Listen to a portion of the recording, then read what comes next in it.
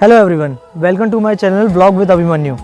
आज हम आए हैं जागृति पार्क। जागृति पार्क में एक हिडन प्लेस है जो बच्चों के लिए साइंटिफिकली बहुत अच्छी है।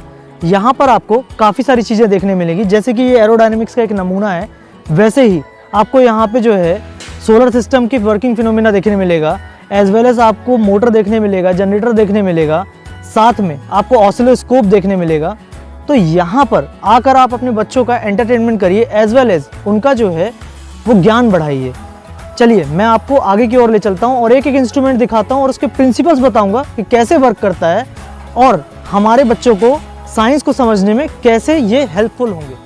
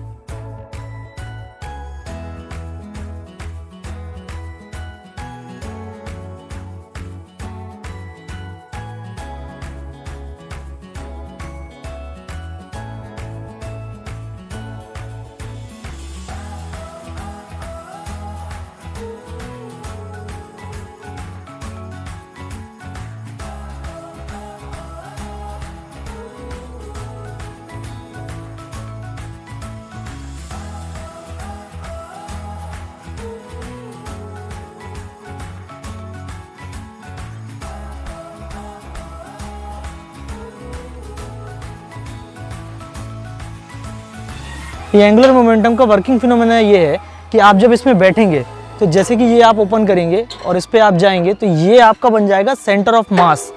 और जब आप ये दोनों के मास को आप सेंटर पे करते हैं ऐसे और ऐसा, तो क्या होता है जब आप इसको मूव करते हैं तब मास और वेलोसिटी का कॉम्बिनेशन बनता है। लेकिन जैसे ही आप मास को सरफेस की तरफ मूव करते हैं, यानी कि ऐसा मूव करते हैं, तो आपका जो एंगुलर मोमेंटम है वो हो जाता है फास्ट और इस सर्कुलर मोशन जो है वो फास्ट मूव होने लगता है। यानी कि जो आप एंगुलर मोमेंटम का वैल्यू निकलता है वह मैक्सिमम होता है जब मास सेंटर पे होता है।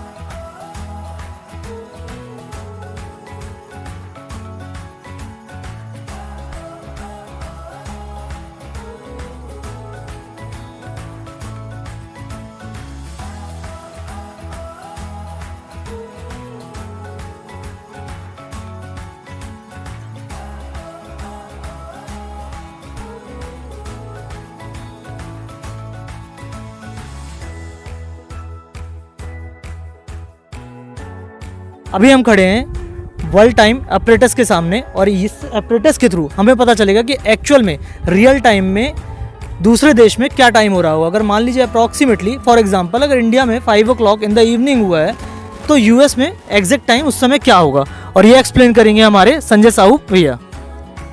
ये वर्ल्ड टाइम इंस्ट्रूमेंट का एपरेटस है, तो हम इसमें देखते हैं कि किस देश में क्या टाइम हुआ है, हम एक्सप्लेन कर सकते हैं और उसको फाइंड आउट भी कर सकते हैं, ठीक है ना।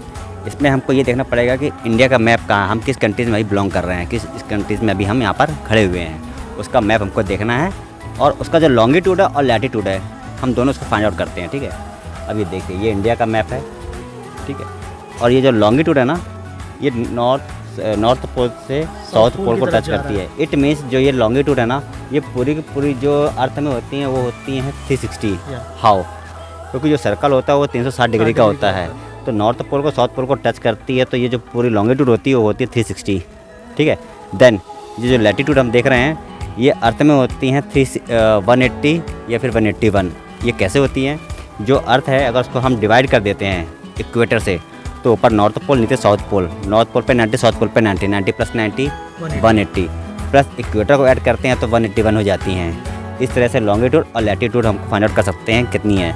इसकी हमको ज़रूरत क्यों पड़ी लॉन्गिट्यूड लैटिट्यूड की, लॉन्गिट्यूड और लैटिट्यूड की हमको जरूरत इसलिए पड़ी लोकेलिटी के लिए, है ना, इसलिए हम इसका उपयोग करते हैं। ये इमेजिनरी है। ये कैसी लोकेलिटी, मतलब कि जैसे कि हम शिप में नेविगेशन के लिए या मिसाइल्स के लिए जहाँ हमें लॉन्च करनी होती है ना, और एयरक्राफ्ट के लिए इसके थ्रू हम फाइंड आउट कर सकते हैं हमको जिस प्लेस पे उतरना होता है, जिस प्लेस पे लैंड करना होता है, हम इस लॉन्गिट्यूड लैटिट्यूड का यूज़ करते जैसे हैं। अगर मान लीजिए मुंबई में उतरना है तो उसका लॉन्गिट्यूड लैटिट्यूड जो है वो एयरक्राफ्ट को बता दिया जाएगा कि ये लॉन्गिट्यूड लैटिट्यूड है और उस बेसिस पे हाँ उतर सकते हैं यहाँ पर। हाँ, लोकेलिटी के लिए, ठीक है ना, लोकेशन के लिए और एड्रेस के लिए, जैसे हम डायरेक्टली कह सकते हैं। देन अब जो इंडिया का मैप है वो फर्स्ट और सेकंड इन दोनों लॉन्गिट्यूड के अंदर आ रहा है, ठीक है ना, ये आ रहा है, ये देखिए ये टच कर रहा है, इसमें आ रहा है, ठीक है ना।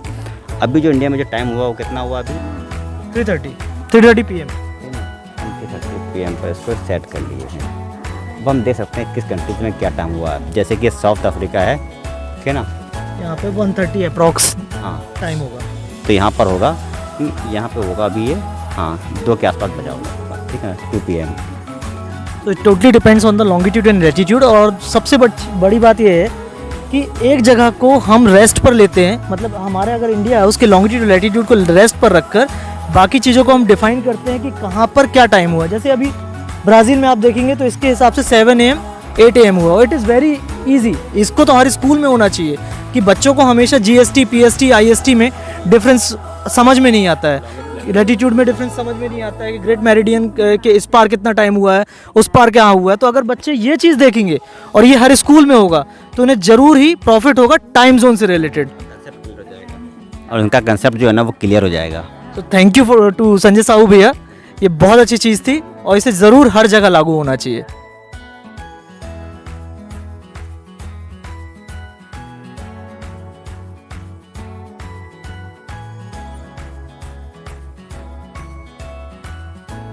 ऑपरेटर्स और इंस्ट्रूमेंट मेरे पीछे आप देख रहे हैं, ये सर्कस ऑफ एनर्जी को एक्सप्लेन करता है। तो ये जो बॉल है इसमें कोई पोटेंशियल एनर्जी थोड़ी सी होगी मास के कारण, और इस बॉल को हम पोटेंशियल एनर्जी से मोशन के थ्रू काइनेटिक एनर्जी में कन्वर्ट करेंगे तो ये मोशन होना शुरू करेगा। और जैसे आप ये देख रहे होंगे सर्कुलर पाथ काफ़ी सारे यहाँ पर आपको दिखाई देंगे, तो ये सर्कुलर पाथ में आने के कारण ये पोटेंशियल एनर्जी जो है वो काइनेटिक एनर्जी में कन्वर्ट होगी। और प्लस न्यूटन का एक लॉ यहाँ पर लास्ट में लगेगा कि बॉडी रेस्ट पर रहेगी जब तक एक्सटर्नल फोर्स अप्लाई नहीं होगा, और बॉडी मोशन में रहेगी जब तक एक्सटर्नल फोर्स अप्लाई नहीं होगा। तो जैसे ही ये लास्ट पोजीशन में आएगी तो फ्रिक्शन होने के कारण एक्सटर्नल फोर्स आ जाएगा और ये जो बॉल है ये अपने रेस्ट पोजीशन में आ जाएगी। तो चलिए मैं आपको इसका वर्किंग फिनोमेना पूरी तरह दिखाता हूँ कि कैसे ये apparatus वर्क करता है।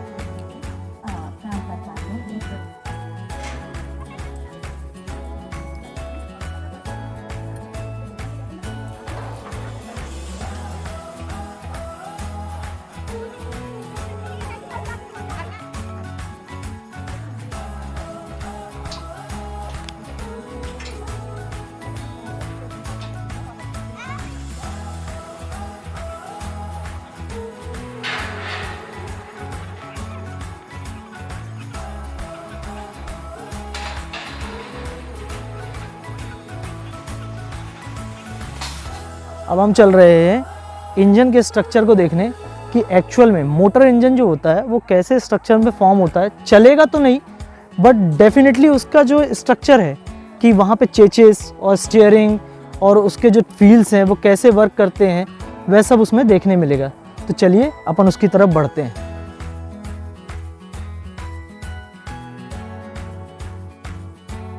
साइंस पार्क में रखा हुआ ऑटोमोबाइल मॉडल, और जैसे कि आप देखेंगे कि ये एक्सप्लेन कर रहा है कि जैसे हम स्टीयरिंग मूव करते हैं तो आप नीचे देखिए टायर की तरफ, ये जब मैं स्टीयरिंग मूव कर रहा हूँ तो टायर मूव हो रहा है, ये देखिए आप,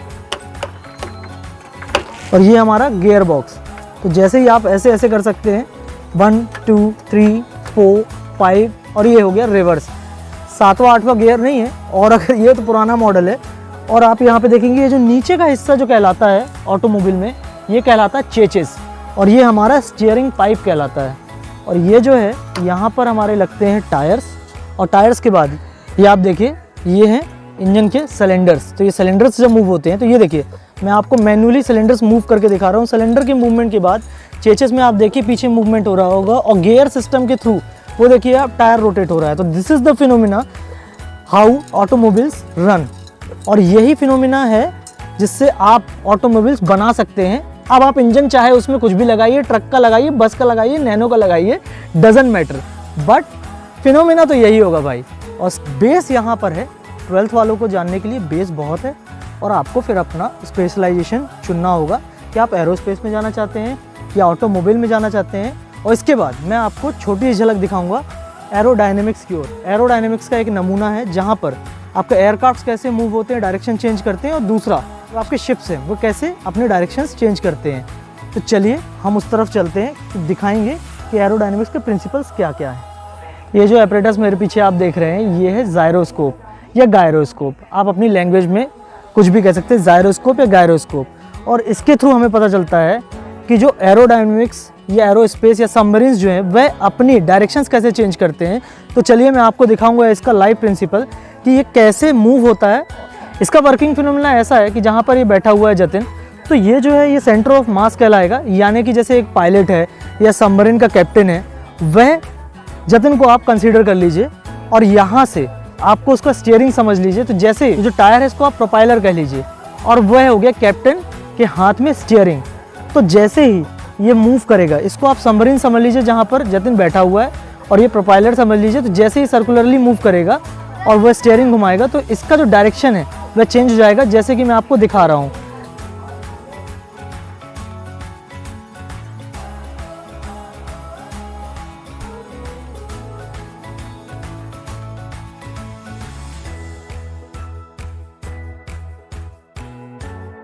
हम चलते हैं इस एपरेटस की ओर। इसको कहते हैं हम लिफ्ट योरसेल्फ, यानी कि अपने भार को खुद ही उठाइए और अपने सेंटर ऑफ मास को सेंट्रलाइज नहीं किया तो आपको तकलीफ होगी अपने आप को उठाने में, जैसे कि मैं आपको दिखाने वाला हूं।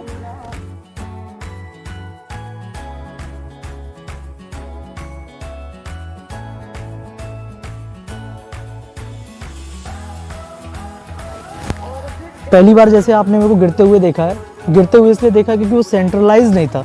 ये जो मास है इसको हमने सेंट्रलाइज नहीं किया था, और अभी हमने इसको पुली को और इसका जो रोप है इसको सेंट्रलाइज किया, और अब देखिए किसी भी प्रकार का प्रॉब्लम नहीं आएगा।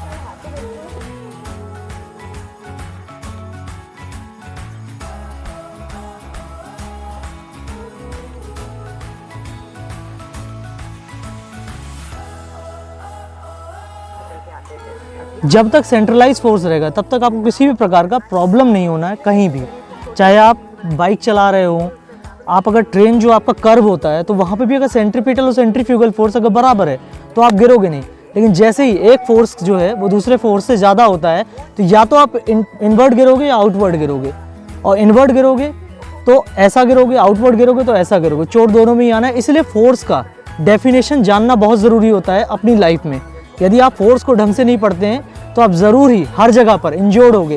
वैसे मैंने आपको थोड़ी देर पहले दिखाया था इंजोर्ड होकर कि अगर आप जैसे ही फोर्स को गड़बड़ करोगे आपका काम खत्म। अभी जो मेरे पीछे आप एपरेटस देख रहे हैं ये है लूप द लूप। इसमें क्या होता है, पोटेंशियल एनर्जी काइनेटिक एनर्जी में कन्वर्ट जरूर होती है, लेकिन सेंट्रीपिटल और सेंट्रीफ्यूगल फोर्स का कॉम्बिनेशन दिखाई देता है। अगर दोनों फोर्स में से एक फोर्स कम हो जाए तो बॉल अपनी धुरी यानी कि अपनी सर्कुलर मूवमेंट में गिर जाती है, पूरा लूप कंप्लीट नहीं कर पाती है।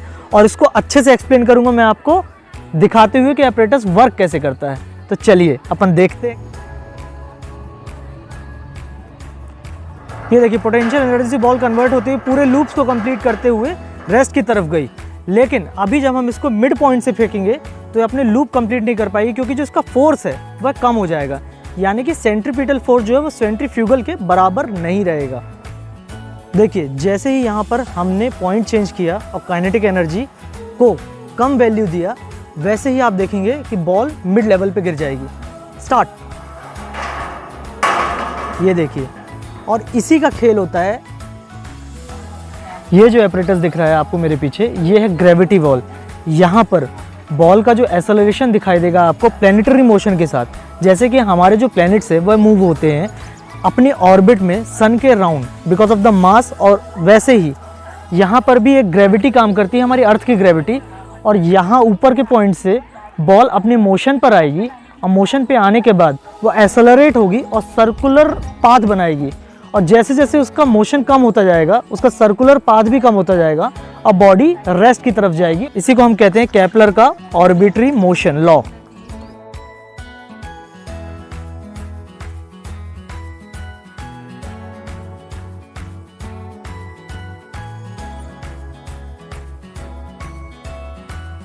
अब जो मेरे पीछे आप एपरेटस देख रहे हैं ये प्लैनेटरी मोशन को डिफाइन करता है।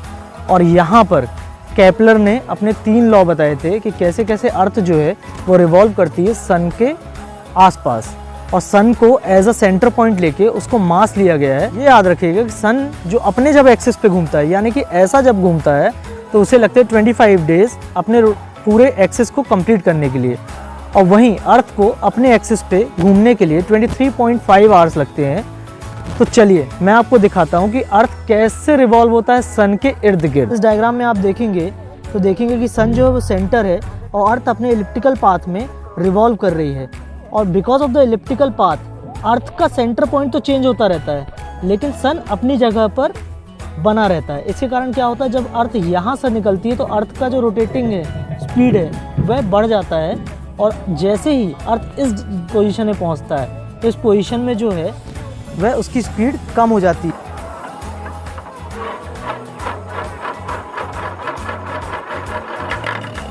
This is the principle of sinusoidal wave. यहाँ पे साइन वेव्स हैं, यानी कि जो आपकी वैल्यू है वो 0 के नीचे तक भी डिप हो सकती है और मैक्सिमम पॉइंट तक भी जा सकती है। इसको जो आपके नीचे जो है उसको आप एक्स एक्सिस समझ लीजिए, और मैं जहाँ पर खड़ा हुआ हूँ उसे वाई एक्सिस समझ लीजिए, और उसके बेसिस पे आपका वेक्टर और मैग्नीट्यूड की वैल्यूज़ डिफाइन होंगी। तो देखिए ये है साइनोसोडियल वेव्स। जहाँ जहाँ आपको बॉल जाएगी वह आप वेव्स समझिएगा, और इसको आप टाइडल वेव्स की तरफ भी देख सकते हैं।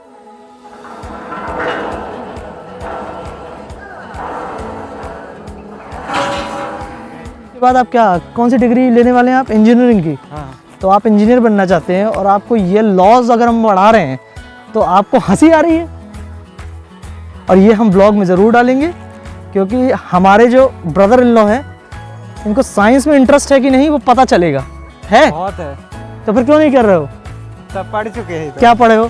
अच्छा बताइए, यहाँ क्या क्या देखा अपन ने? यहाँ पे इंजन देखे, हाँ। यहाँ पे बॉल का देखे, बॉल की स्पीड कितनी होती है। यहाँ पे अर्थ का देखें कि मतलब सन से जाके कितना घूमता है, कितना टाइम लगता है। पुली देखी हमने यहाँ पे कि पुली कैसे वर्क करती है, और अपने हिसाब से अगर यहाँ पे 6 to 12 के बच्चे अगर आएँ तो क्या पाएंगे यहाँ? तुम्हारे हिसाब से क्या है? तुम अभी रिसेंटली 12th पास हुए हो, क्या उनके कॉन्सेप्ट अच्छे होंगे? बहुत होंगे, और स्कूलों में भी ये सब होना चाहिए। बिल्कुल, और स्कूल वालों को ये समझना चाहिए कि ये सब जो पार्क हैं ये सिर्फ घूमने की जगह है ना समझकर स्टडी मटेरियल समझें, और यहाँ पर लाए जाए बच्चों को और बाकायदा इन एपरेटस की वर्किंग फिनोमिना समझाई जाए। ये जो एपरेटस है ये इल्यूजन को डिफाइन करता है, यानी कि जैसे डॉक्टर कहते हैं ना हिप्नोटाइज करना है, वैसे ही इस इंस्ट्रूमेंट को घुमाने से आपको इल्यूजन होगा। अगर आप बहुत देर तक इसके सेंटर पॉइंट पर देखते हैं, सेंटर पॉइंट पे देखने के कारण क्या होगा, आपको तरह तरह की आकृतियाँ दिखेंगी, और शायद हो सकेगा कि आप उसके डेप्थ में हिप्नोटाइज हो जाएंगे। ये जो आपको दिख रहा है ये आर्किमिडीज के प्रिंसिपल और लीवर प्रिंसिपल्स आपको दिखेंगे। तो जैसे जैसे आपको वहाँ पे वेट दिख रहे होंगे, और यहाँ पे सेंटर जो है वो फेल्क्रम कहलाता है। तो सेंटर का जो फेल्क्रम है अगर वो सेंटर पे नहीं है तो आपको वेट उठाने में ज़्यादा ताकत लगेगी। यहाँ पर आप देखेंगे कि फेल्क्रम जो है मतलब सेंटर पॉइंट जो है वह आगे की तरफ है, तो वेट उठाने में मेरे को कम तकलीफ हो रही है। ये देखिए ईजिली मैं वेट को पुल कर पा रहा हूँ, पुश कर पा रहा हूँ। लेकिन जैसे ही मैं यहाँ पर आऊँगा, यहाँ पे फेल्क्रम जो है सेंटर की तरफ है, तो मुझे ज़्यादा ताकत लग रही है वेट उठाने में। और ये देखिए ये तकलीफ़ आपकी बढ़ती चली जाएगी।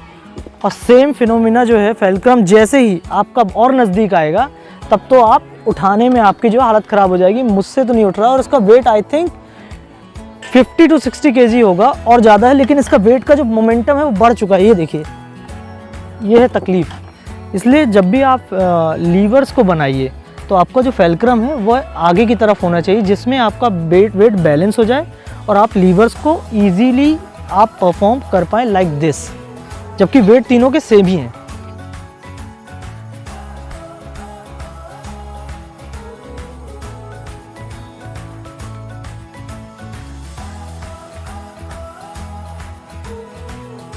आज के लिए इतना ही। अपने होस्ट अपने दोस्त अभिमन्यु मिश्रा को इजाज़त दीजिए।